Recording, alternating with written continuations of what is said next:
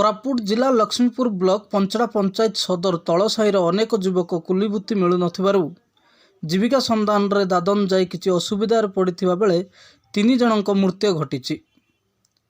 ଏଥିସହ ଜଣେ ଯୁବକ କୋରାପୁଟ ମେଡିକାଲ କଲେଜରେ ଚିକିତ୍ସାଧୀନ ଅବସ୍ଥାରେ ଥିବା ଜଣାପଡ଼ିଛି। ସେମାନେ କାମ କରୁଥିବା କମ୍ପାନୀ ପକ୍ଷରୁ କୌଣସି ସହାୟତା ମିଳିନଥିବା ପରିବାର ଲୋକେ ଅଭିଯୋଗ କରିଛନ୍ତି।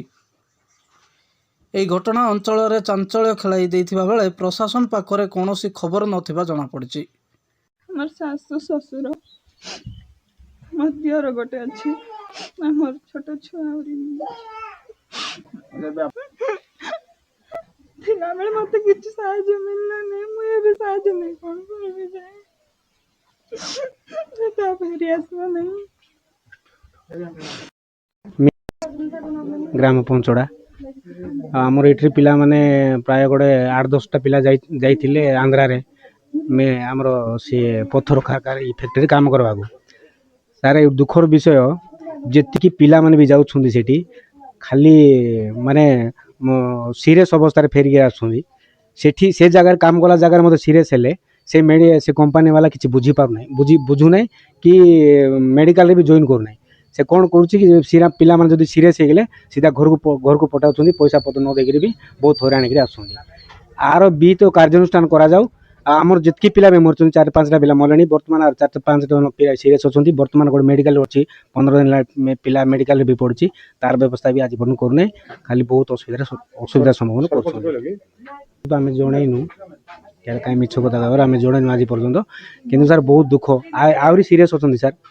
କିନ୍ତୁ ସେଇ ଜାଗାରେ ଯେଉଁ କାମ କରୁଥିଲେ ସେଇ ଜାଗାରେ ସେ ଫ୍ୟାକ୍ଟ୍ରିକୁ ସରକାରକୁ ମୁଁ ଅନୁରୋଧ କରୁଛି ୟାର ବିହିତ କାର୍ଯ୍ୟାନୁଷ୍ଠାନ କଲେ ସେ ଆମର ପିଲାମାନେ ଟିକେ ଆଉ ସରକାର ସୁବିଧା ପାଇଥାନ୍ତେ।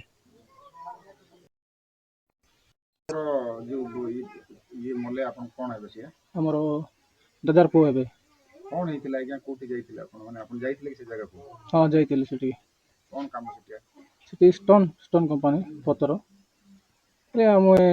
ଆମର ଗୋଟେ କିଏ ଗୋଟେ ସେ ବି କ'ଣ କହିବି ସେଟା ବିଶାଖାପାଟଣାରେ ତାଙ୍କର ଗୋଟେ ନାରାୟଣ ବୋଲି ଆମେ କଣ୍ଟାକ୍ଟ କରୁଥିଲେ।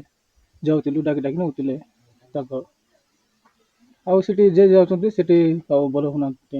ସେମିତି ହେଉଛି ବହୁତ ପ୍ରୋବ୍ଲେମ୍ ହେଇଯାଉଛି। କ'ଣ ସେ କମ୍ପାନୀର ନା କ'ଣ? ଧନଞ୍ଜୟ ସିକେସ୍। କେତେ ବର୍ଷ କାମ କଲେ ଆପଣ ସେଠି ଆଶା ଯାଇକିନା ହବ ଗୋଟେ 5 ବର୍ଷ ସେମିତି। କ'ଣ ଏମିତି ହଠାତ୍ ହେଇଗଲା? ହଠାତ୍ ସେଟା ସେ ଷ୍ଟୋନ୍ ପାଇଁ ଆଗ ହେଉଛି ସାର୍ ସେଠି ସେମିତି। କେତେ ପିଲା ଆପଣଙ୍କର ଗାଁରେ ଯାଇଥିଲେ? କେତେ ପିଲା ମଲେଣି? ଏବେ ତ ବର୍ତ୍ତମାନ ହେଲାଣି 5ଟା ହେଲାଣି ଆମ ଗାଁର କାମ। ଆଉ କ'ଣ ସିରିୟସ୍ ଅଛନ୍ତି ନା? ସିରିୟସ୍ ବୋଲେ ଅଛନ୍ତି ଟିକେ ସେମିତି। ଏବେ ଯେଉଁ ପିଲା ଆହୁରି ଅଛନ୍ତି କି ଆପଣଙ୍କର ଗାଁ ପିଲାମାନେ ସେ ଜାଗାରେ କମ୍ପାନୀରେ? ନାଇଁ ଆଉ କିଏ ନାହାନ୍ତି ସେଠି। ଆଚ୍ଛା, କ'ଣ ହେଇଥିଲା ଆପଣଙ୍କର ପୁଅର? କ'ଣ ଅବସ୍ଥା ହେଲା? ଟିବି ବେମାର ବୋଲି କହିଲେ ଆଜ୍ଞା ଡାକ୍ତରଖାନା।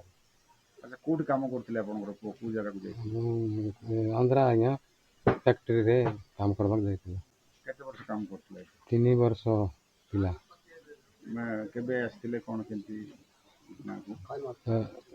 ପୁଷ ମାସରେ ଆସିଲା ଆଜ୍ଞା। କେତେ ବର୍ଷ ସିରିୟସ୍ ହେଲେ ନା କେତେ ଦିନ? ପୁଷ ମାସରୁ ଆସିକିନା ସିରିୟସ୍ ହେଇଗଲା।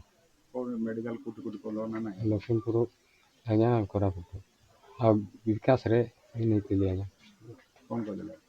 ସେ ଟିବି ବେମାର ଏକା ବୋଲିଲେ ଆଜ୍ଞା।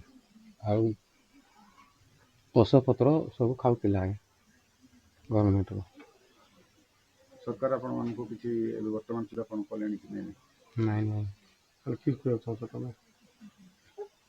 ଔଷଧ ଦେଉଛି ଆଜ୍ଞା ସରକାର। ଲକ୍ଷ୍ମୀପୁରରୁ ପ୍ରମୋଦ ଜେନାଙ୍କ ରିପୋର୍ଟ, ଫାଷ୍ଟ ନ୍ୟୁଜ୍ ଓଡ଼ିଶା।